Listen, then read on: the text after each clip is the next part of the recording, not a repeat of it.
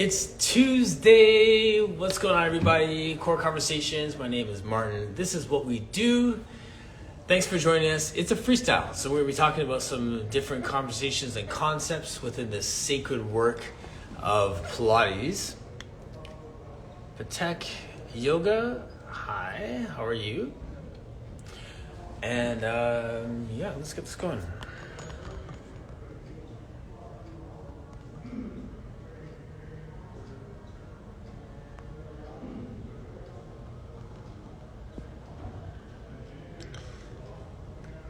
Hi, Andrea.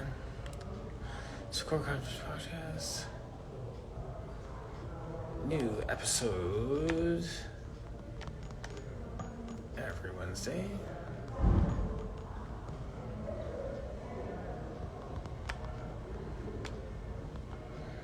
Like, subscribe, and share. Andrea, where are you located? Oops, sorry, and share.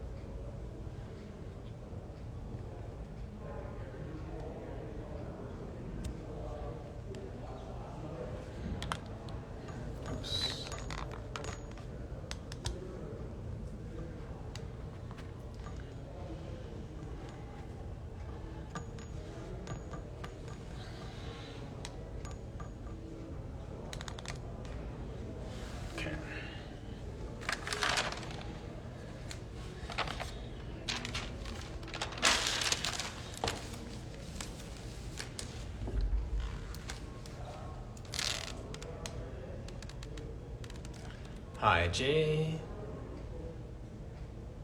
What's going on? Tune in Pilates. Tune in with Andrea, and Pilates. What's going on? Tracy, I had a Florida person in the chat yesterday. So my guest was Delfina Pilates, and she is in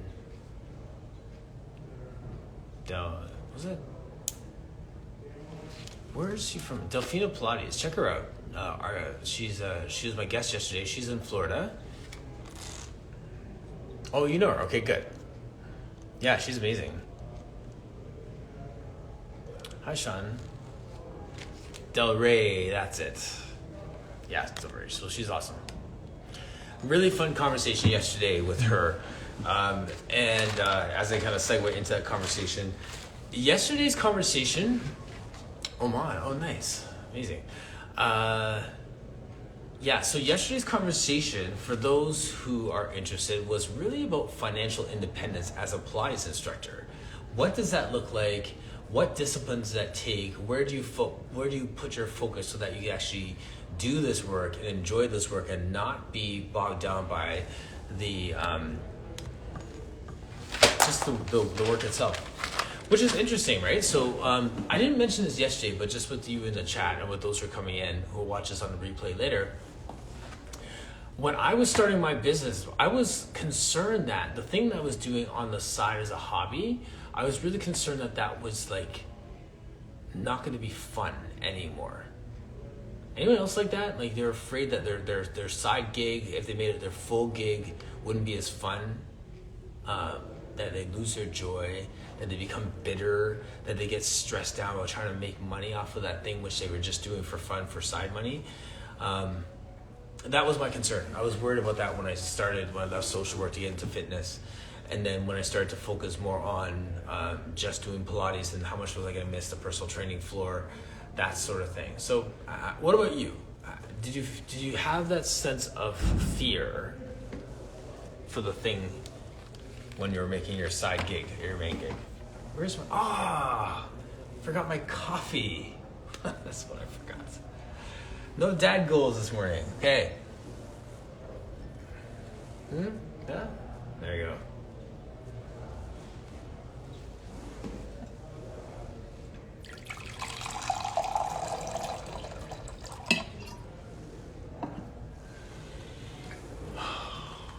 It's still gonna be a good day. Shout out to my wife for all this core conversation swag. Pretty cool cop, huh? Yes. So Tracy's saying, yes, definitely. And it happens when I think about it as a business too much. You know what's funny for me? It doesn't, when I think about it as a business, it doesn't bother me because I feel like that's when I start to think of it that way, that's when I'm excited about working on it and growing it. When I get stuck, it's gonna sound weird because I like my clients, but when I have too many clients in a row, then I feel like I'm just working in the business. Like all I'm doing is just person after person. I feel like I'm not growing. I feel like I'm just almost reacting, like a reaction mode instead of like a proactive mode. I don't know how to describe it.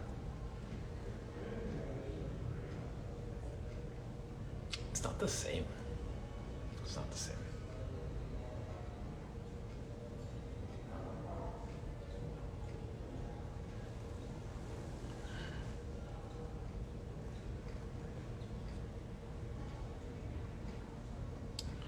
It says Cifuentes coaching. I'm not sure if that said that correctly. Anyway, so that's my thoughts on that. She was fantastic. We had a really fun conversation. We also tied it into parenting to some degree. Sorry to read Tracy's comment here. If I get too busy, I just start going through the motions. Yeah, that's exactly it. So going through the motions is the thing that bothers me. Like I don't feel as connected, as engaged when I'm just going through the motions. So I just try my best to keep, to stay sharp and to have enough gaps that I can plan ahead and just like really work my business as much as I can. So it's tricky, but you all have to find your ways to find your joy.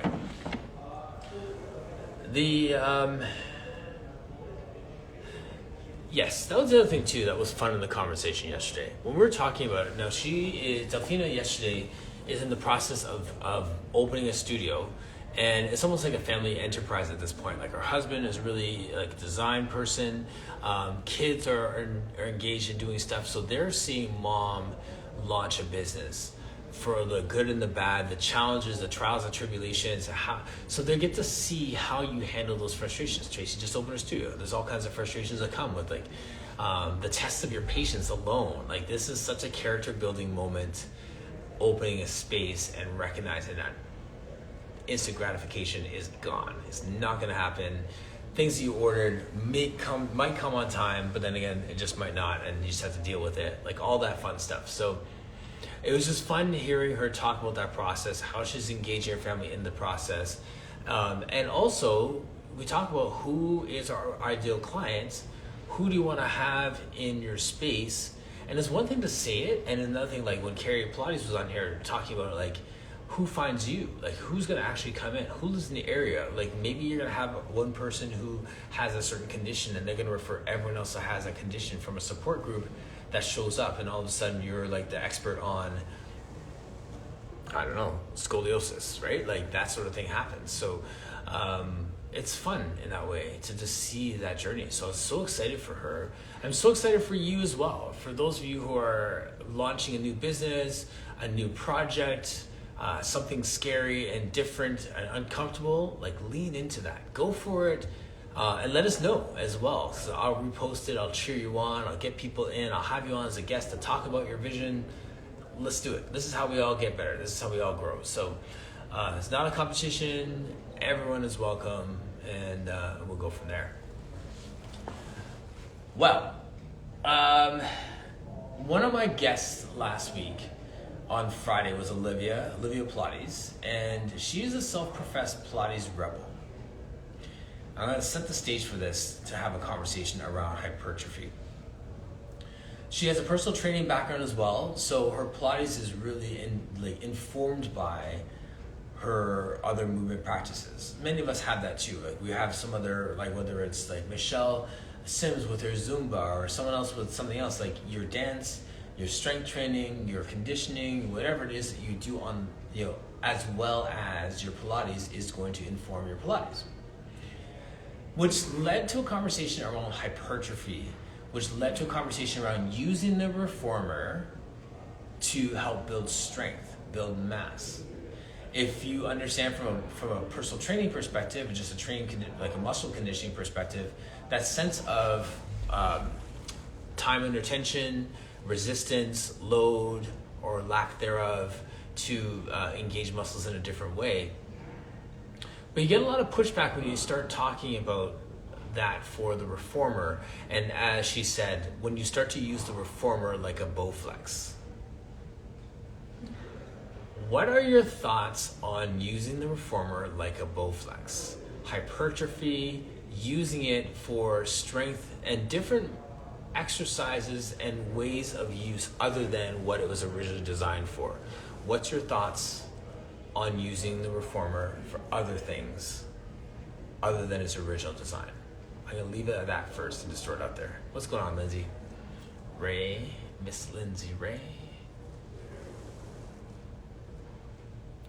And as always, because this is a freestyle, if you would like to join me in the chat, live on the screen instead of Millennium Falcon, what's going on? I don't know if you're still here, but I remember I met you on the street in Milton. I was driving my GTI, you're driving your Mustang, and so I decided to follow you. So I have a Porsche page now too. So what's going on? Anyway, so I like when local people are in the space. Back to the story at hand. When we use the reformer or any other piece of Pilates equipment for something other than its use, there is a whole school of thought that this is like a sacred thing. You're pushing over a sacred cow by using your reformer for strength training exercises. It's not for hypertrophy. It's for biofeedback. It's an extension of your body. It's for fascial thing, right? Like, right, because she doesn't have access to a Bowflex. Right, exactly. Yes. So, Tracy, you're more than welcome to join me. I don't feel like you're taking over my space by coming in all the time. More than welcome to join me. Request to join if you want to. Lindsay Ray, if you want to as well, you can. Or anybody else. Request to join, jump on, let's talk. Well, that's tongue-in-cheek, your comment there, I think. But the reality is that if I had a Pilates studio that I didn't have the luxury of a full-service gym, massive stuff outside of it, then maybe I'd look at it differently. So Tracy's coming on. Let's discuss.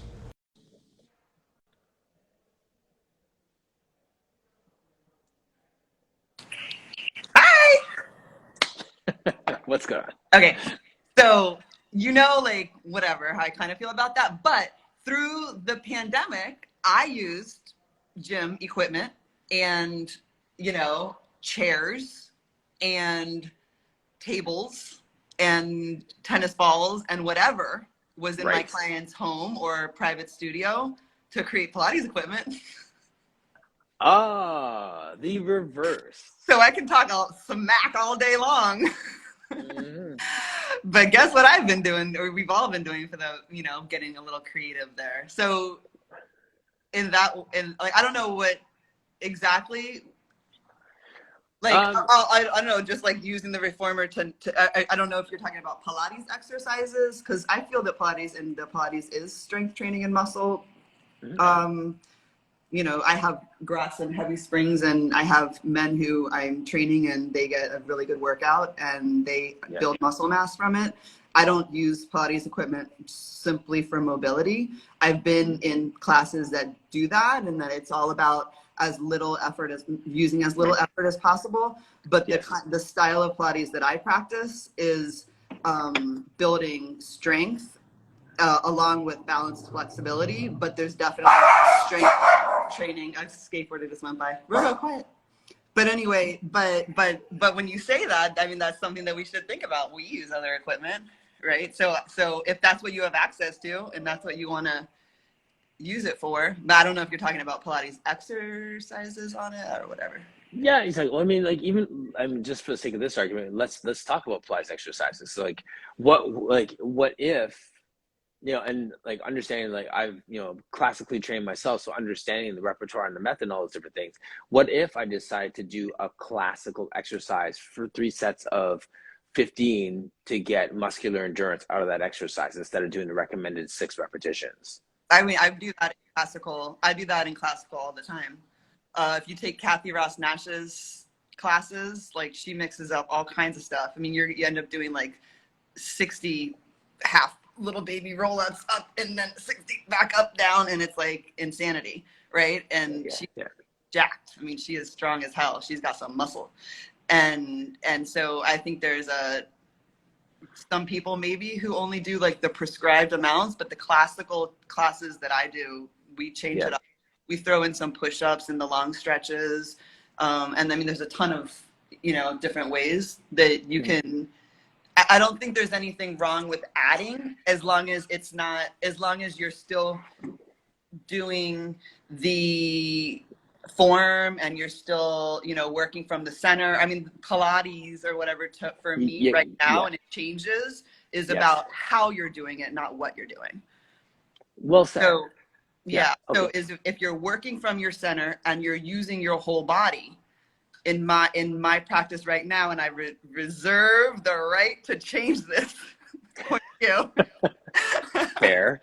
In Yes. my practice right now, as long as that's happening, yeah, maybe we can go wild and do 10 or 20. But if it's just like you see people doing like crisscross in the gym, and they're pulling with their elbow, and they're doing like Yes. 200 of them. Okay, Yes. then you come to my class, you're going to do 6 of them, and you're going to get Right. more, right? Yes. Now, Right. if you can turn those 6 crisscrosses and squeeze into 20, let's do it. Why not? Right? As Yes. long as you're working from the center, you're using your whole body, and your form is there. For sure. That's all I I got. mean, yeah, no, that's exactly it. Like sport conditioning, like it's like do it well, then do it fast. Like, Right. like you get your Mm-hmm. form, you get your foundation, and then you launch out. So if 6 is what the person can do, then 6 is all you can do. Even though you're doing 45 of them on the gym floor and the stretching mats, do Right. 6 correct here, and then we could build off of that. Yeah. But the thing I was gonna say though is that there's a sense that this is a sacred Pilates piece or the sacred cow piece. I feel like unless you have like a personal training background, or you have like you're kind of coming from that hypertrophy strength conditioning space, there's a sense that this might just be outside of your scope. Like your people coming into your space may not be looking for that. So I don't feel like you need to even go there if that's not for you. Like I think that the people that might push back against what you just said, or what my guest on Friday said about hypertrophy, they're looking at it from the perspective of Pilates, like the reformer is designed for this. These are the exercises. You stay within the scope of the work, and the people who come to you are looking for that scope of work. So don't make it something else. Go there and do that other thing somewhere else, but reserve this for what it's designed for. So I think that would be the contrary argument to it. Yeah. I don't like absolutes anywhere. I think. Really? Well, you know what I mean? Like, I just feel like there's always an exception to every rule. Yes. So like, I don't know. I don't know how, I can't comment too much on it because I didn't hear the full conversation. I don't Yeah. know exactly what they were talking about, but like, I do agree, like, that I don't understand necessarily why people feel the need to, take Pilates out of it. Like, because there's so much there and there's enough there. I don't know. Yes. For me, Okay. Yeah. but That's the other side of it. Yeah. yeah, but at the same time, I mean, I put Pilates everywhere I can I can fit it. So if you want to Yeah. put I strength leave it in. training in your, or whatever gym, I don't know how. I was never trained as a personal trainer, so I don't know what that school of thought is, how that's different from Pilates. Yeah. I like strength training. It's different. It definitely is different. I must say that my personal training background, so my Pilates made my personal training better. So you're cutting out a bit there. Yeah, sorry, I said strength training when I meant to say personal training. Sure. Yeah. Yeah. So like but from a personal training perspective, my Pilates made my personal training better because my cues improved, all those different things. Yeah. But then now I've kind of landing a place where I think my personal training is making my Pilates better. And I think that's the same for everybody. Yeah. Like you land at a place where everything that you know culminates and makes your Pilates, your brand of Pilates special. And that's the reason why people will go to me that won't go to you, and people will go to you that just don't like what I do. And that's totally fine. I totally agree with that. Another thing to keep in mind is look at what Pilates was created from. Joseph Pilates brought so many different exercise kind of formats to Pilates in the first place. So Right. that you see ballet in our repertoire, you see martial arts in our repertoire, you see like calisthenics in our repertoire, you see all of that. So it's in there already. Sure. It's just the way that you're doing it is different. Yes, exactly. Full body, working from the center, using everything together, getting full flexibility, getting full strength, out of each muscle with each exercise. Right. Is we're not just sitting there and isolating, we're not doing a bicep exercise. There's no bicep exercise. It's right. Pulling from your center, using your inner thighs as much as you're using your outer thighs, pulling up into your center and moving your arm while you're doing all of that stuff and your back is on. It's just different. It's the way. Right. Exactly. Well, that's how I would coach a bicep curl on the gym floor now because of Pilates. That's awesome. Right. And so I love that. I love personal training, and I love doing like kettlebell work and like squats and all of that stuff and like lifting heavy things, and that's fun too, so I'm not like anti that in any way. No, exactly. Right. So I mean, and there's people that would say that. So I mean, I always I try and I don't want to look like a hypocrite on the show where I'm like, one person comes on, I'm like, yeah, and the next person comes on, I'm like, yeah, to them too, right? Where I land on is to tell people where you're going. Okay. Communicate where you are, right? So I mean, like if you're in Pilates land, you're in Pilates land. If you're in strength training land, you're in strength training land. Yeah. When they overlap, explain the overlap. Yeah. You know what I mean? Like just so that the people are educated in terms of where we are in the work. So I'm not going to knock one person's approach because it's all movement, right? So I mean, like the worst exercise safely done is better than sitting on the couch. Yeah. Right? So that's important what you're saying too, to tell people, because that's something I think that people get confused about, is like, what are we even doing here? And that's why you kind of need these labels. Like people say, oh, it shouldn't be classical Pilates, it should just be Pilates. Well, if I show up to a class and we're doing something that's not, that's it's like false advertising. Yeah, thank you. Yes, exactly. That's the piece there. For the sake of differentiation. That was a good point, Martin. Good point. Thank you. Well, that comes out of my own experience, right? Like, I mean, I've been teaching a group fitness Pilates class, and then someone asked me to sub a class. So I'm like, okay, well, let me scout it out first. So I'm going to go Monday and check out the class and just be a participant for this Pilates class, because I'm going to be teaching it next week. Yeah. I go to the class, and then they do like all yoga exercises, and there's like 100, and then like a bunch of glute bridges, and then all kinds of other exercises. That's awesome, except it's not a Pilates class. Right, yeah.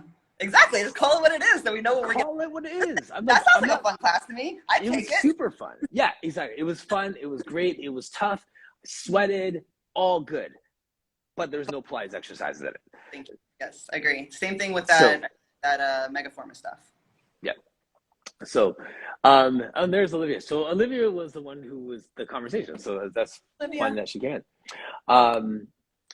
And what was I going to say with that? So when I had Nathan Reese on, right? Like he's a guy from Australia who is like launching his own classes, and he has like, he's doing like your say like your eve stretch with dumbbells, going up to a lunge with a press, with a rotation, you know what I mean? So safety taught in a group format, all those different things. I'm like, okay, well, have at it, right? And he's like, he's calling his own things, he's using the reformer, he's doing all those things. And I think the other part to all these things that we said a bunch of it. Hey, what's going on?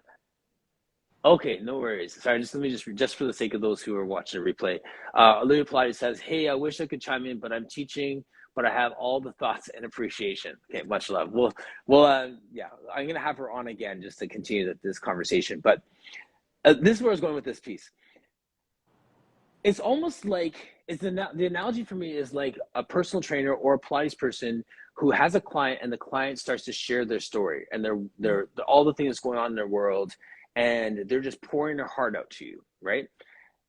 There's a point where I can just listen and affirm and refer to other people, and there's a point where I start to solve their problems and turn it into a therapy session, right? That's dangerous because you're not qualified as a therapist. Okay.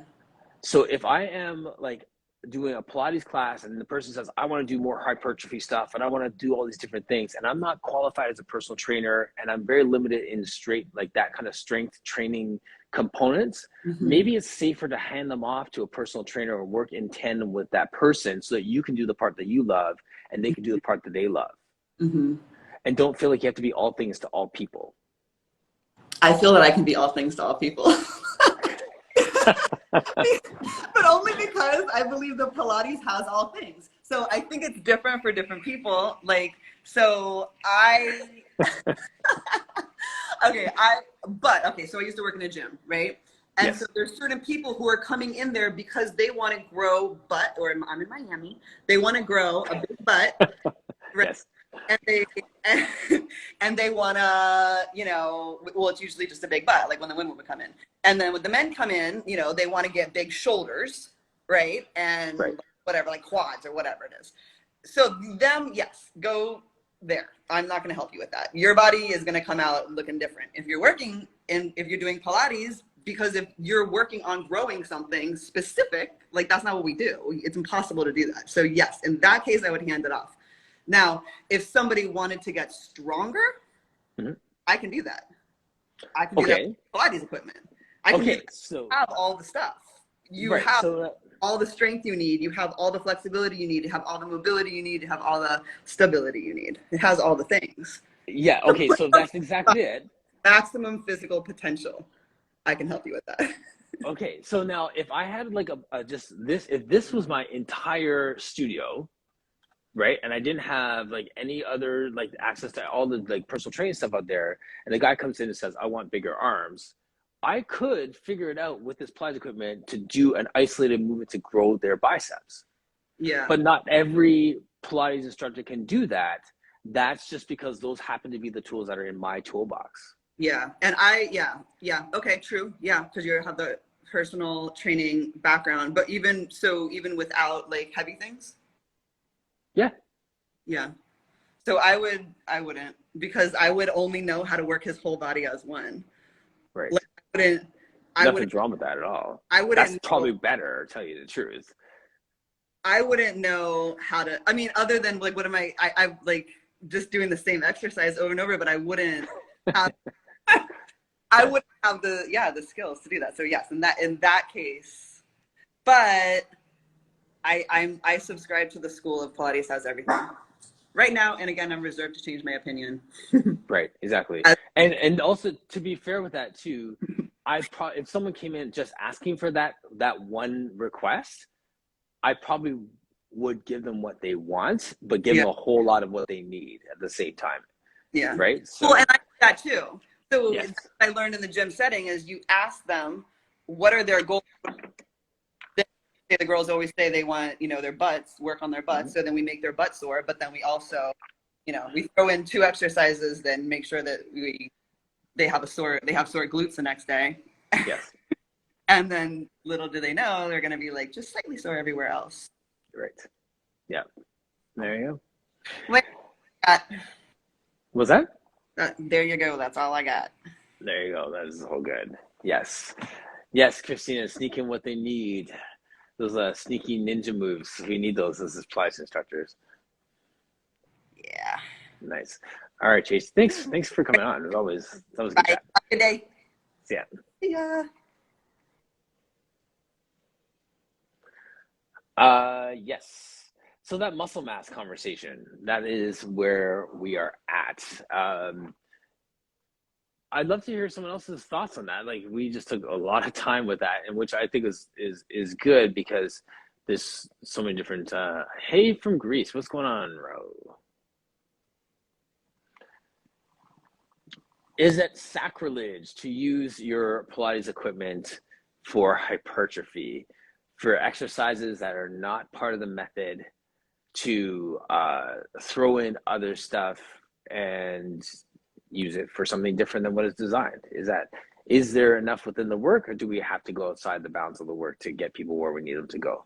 Those are the kind of questions that I'm asking in terms of this sacred Pilates work and how true we stay to it. And I love Tracy's point about the reverse, the converse to that, during our pandemic, when everyone is kind of locked down and we're doing in-home training, and then we're using balls and paper plates for sliders, and we're making the reformer out of things, right? Mr. Phillips has a whole class called No Reformer, No Problem.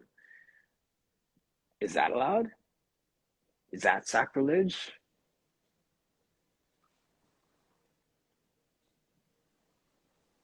I have thoughts on that too, but I'm just asking. Join me, request to join if you want to talk about that. What about the reverse?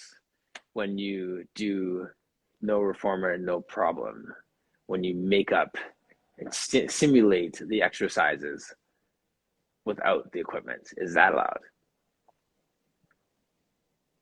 Why can't you just do mat work? Why do I have to simulate the reformer? Why do I have to simulate the tower work? Can I just do body weight exercises? Can I just grab some dumbbells? Why do I have to call it reformer stuff? Just questions.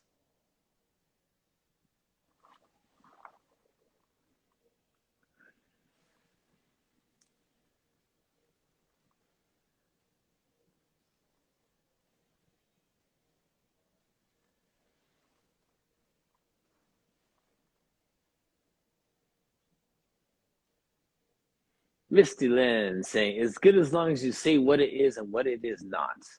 Rather than saying, of course it is allowed. Let's be open-minded. Christina says, people like variety. And Fly Shabby says, hi from Iran. So we have Greece and Iran in the house. Very cool.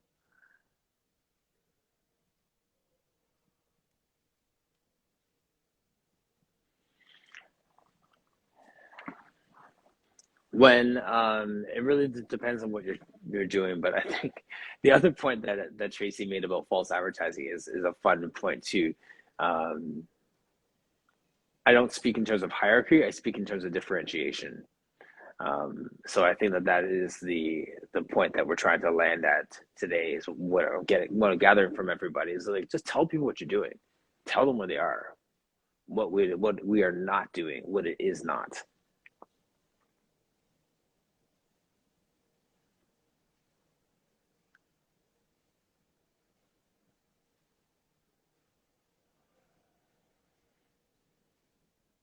If anyone would like to join me on the screen, press that request to join, and we can continue this conversation. Christina, if you want to join me, you're more than welcome to.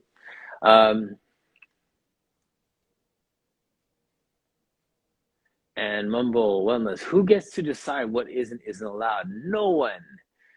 Do what works for you and the clients. Yes, facts. Agreed. Agreed. The dentist analogy never gets old with me. When you walk into a dental office and you have a cavity, you don't stop the dentist before it asks what brand of chair he's using. What brand of light is that? What kind of drill is that? Is that a classical drill or is that a contemporary drill? What year did you buy that in?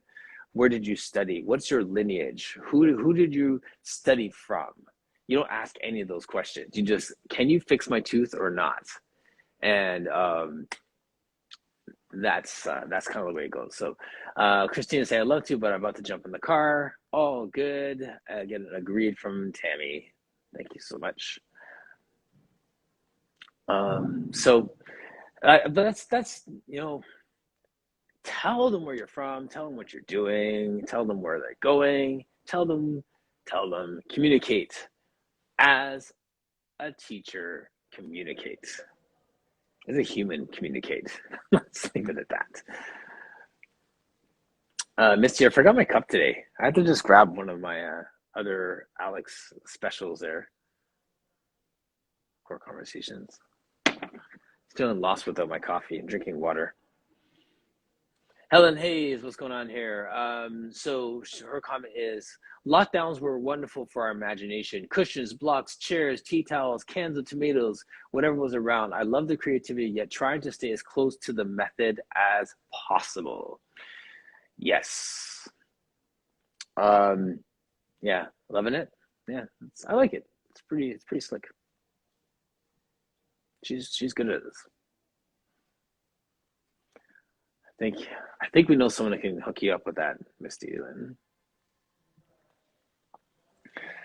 Okay, so I think we figured out the world's problems when it comes to the sacrilege that could be Pilates, and I don't think that I've crossed paths with too many people that are trying to keep it pure, pure. And to balance out that part of the conversation, I have to say that I have tremendous respect for anything authentic, anything classical, anything vintage, anything OG. Okay. So, like, I have to say that those are the things that I like: analog clocks, driving standard, writing in cursive, whatever, anything that's that authentic, I have a mad respect for. And I have super respect for people that can do those things. Don't ever catch me looking at someone who doesn't know how to read an analog clock. I have to just pull it in, because there's something to be said about understanding the originals. I listen to a new song and I listen for the original sample. I have records at home. You know what I'm saying? So, like, I'll make stuff up here, but at the same time, I just have mad respect for the original. And I have mad respect for those who know the original. If you can make up 75 exercises in Pilates class, that's awesome. And if you could throw down original classic method at the same time in the next class, salute.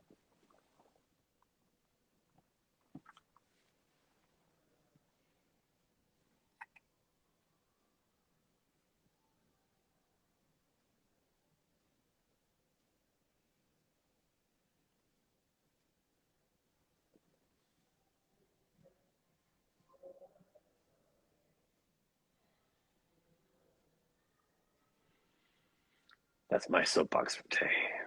Breathe. Have no coffee, Misty. This is what happens. I'm drinking water.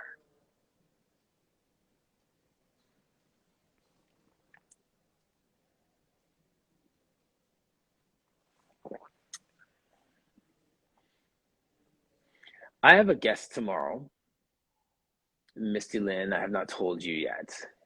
And it's going to be a surprise because I can't tell everybody before I tell my co host. Here's a great question from Maria Rodriguez official. Can you build bone density with Pilates? And if anyone would like to come on screen and answer that question, request to join. And then the next question: the human species is consistently evolving, and the method must evolve and adapt. Yeah, it's close to Batman. Is it Batman? It's so close.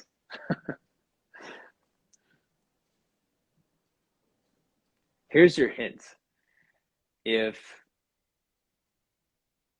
this is the hint of my guest tomorrow. If Joel Crosby is Superman, this is Batman. There's your hint.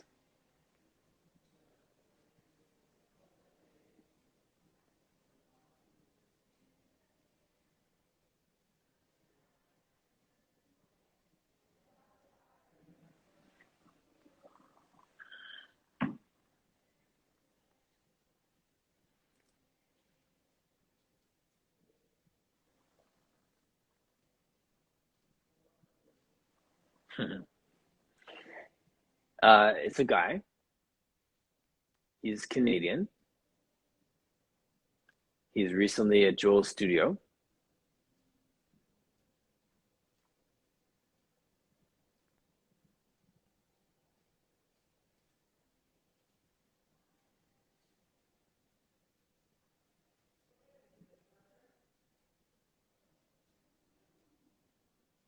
We're taking a guess at who my guest is tomorrow. Yes, Pilates has it.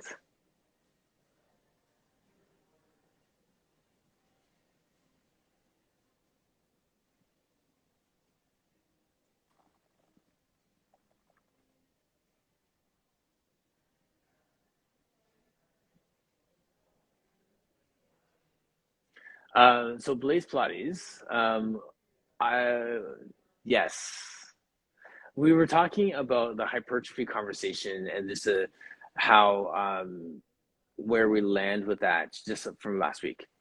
Um, so you have to watch the replay. It's going moving on here. So Mumbai Wellness, I've come across a Pilates teacher who claims to teach classical Pilates, but in fact her teachings are anything but classical. It gets very confusing for newbies. Right. Yes, so exactly. That's exactly it. So when it comes to differentiation, that's a piece where the communication needs to be key, because there's something about someone being able to walk into any Pilates studio on the planet and having some understanding of the flow of exercises, what's required, what's the objective of the exercise, how it feels, maybe look differently, may have different points of emphasis from that teacher, but that there's some common language. So that piece making confusing for newbies is something that does irk me as well, I have to say. Um, so I like this.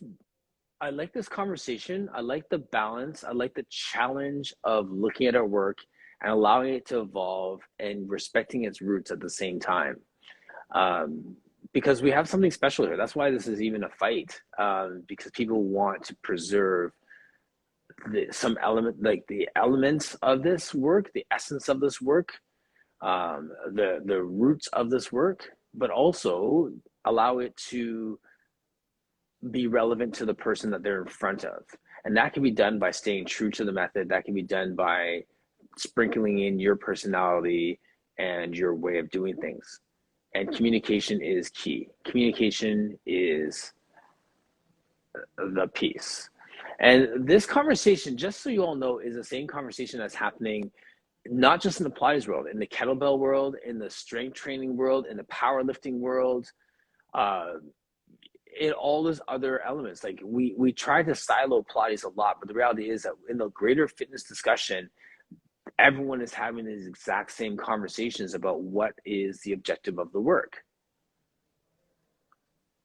Guys who do boot camps all day long are having these same conversations, and they're saying like you can't just make people sweat for an hour. You need to educate people on what a good workout feels like, so that they can know it and take ownership of their movement practice in whatever practice that is. So this conversation is an age-old conversation, and it's not an exclusive conversation to the Pilates world. And I think that's why I'm having it, so that we can all level up our experience for our clients, so they can walk into our space and know that they're being educated while being motivated and being inspired to be the best version of themselves.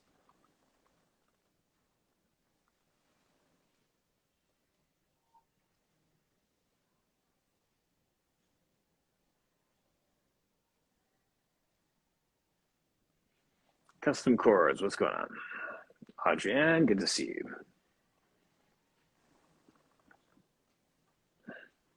If anyone wants to join me on screen, just simply request to join and let's get the conversation going.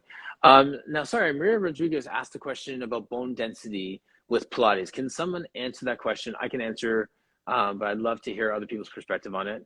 I personally think so. The question originally, can you build bone density with Pilates?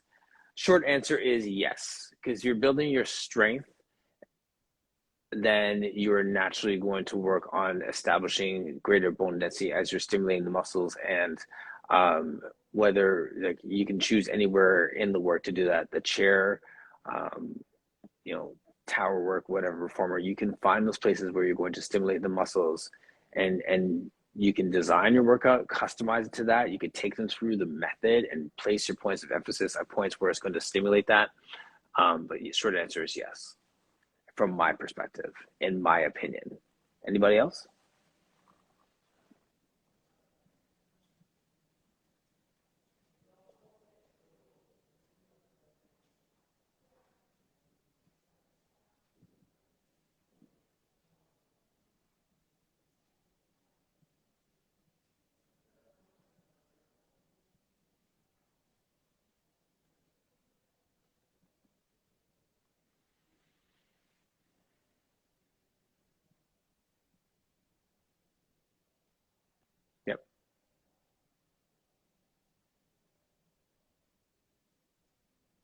You know, actually, too, like, yeah, loading the bones for sure.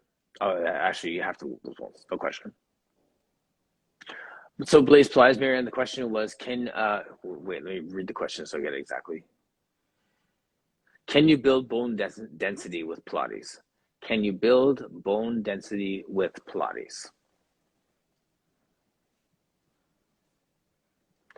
I also, I'm sure you can find a research journal on that very thing. There's a lot of actually peer-reviewed research journals on Pilates. I've researched them for improving your vertical. I've researched some. I've sent one out before on strength training, and I think it might have been on hypertrophy. There's one where they did a test on people, and they had them doing mat Pilates for a certain amount of time compared to people who did nothing and then people who did gym work or something like that. So let me research it again. But yeah, there's a lot of journals out there. If you just Google Pilates and osteoporosis, I'm sure you can find information on that. There's stuff out there.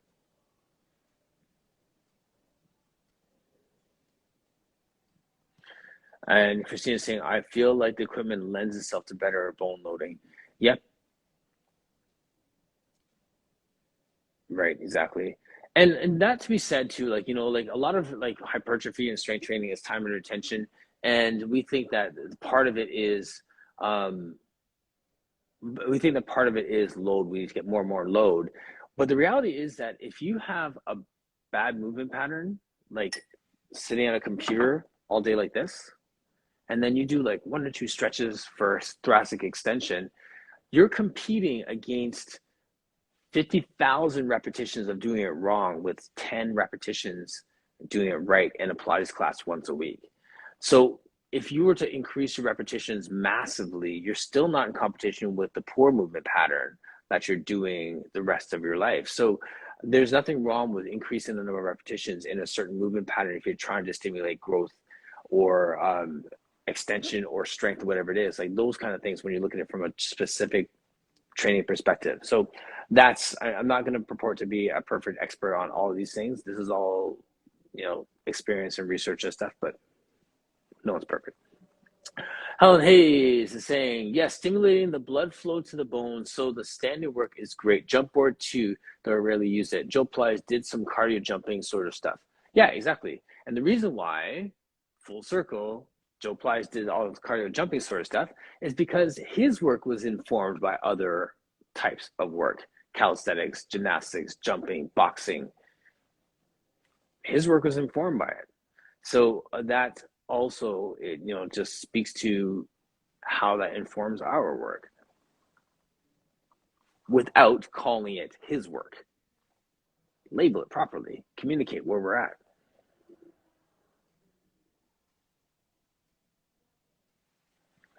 Brenda Freeman's in the house. How are you, my friend?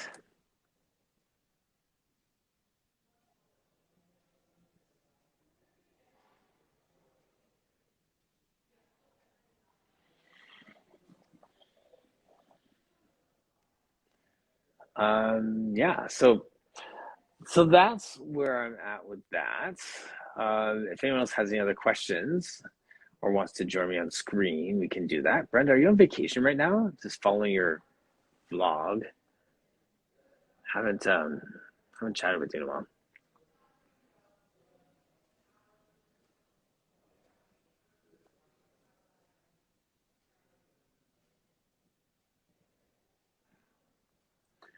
Hi, Catherine. Thank you for joining us.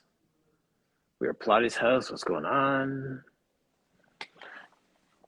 All right, party people.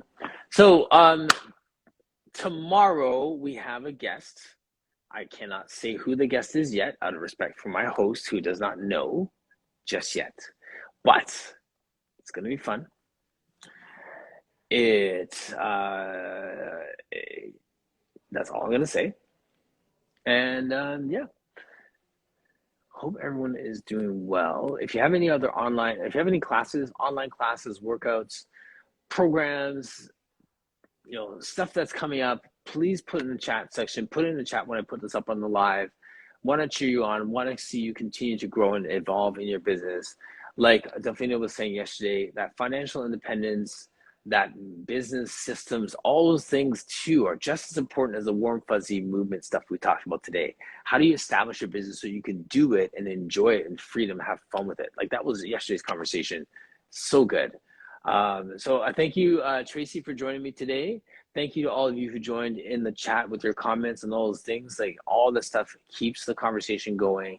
And I hope that you come out of these conversations just with a little bit more intentionality going to your next client. All right, party people, we are out. Thank you for joining us today. Anything else?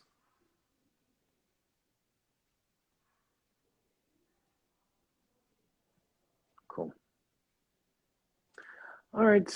Have a great day, everyone. We're back at it tomorrow, 10 o'clock Eastern, every weekday here on Core Conversations. Peace out.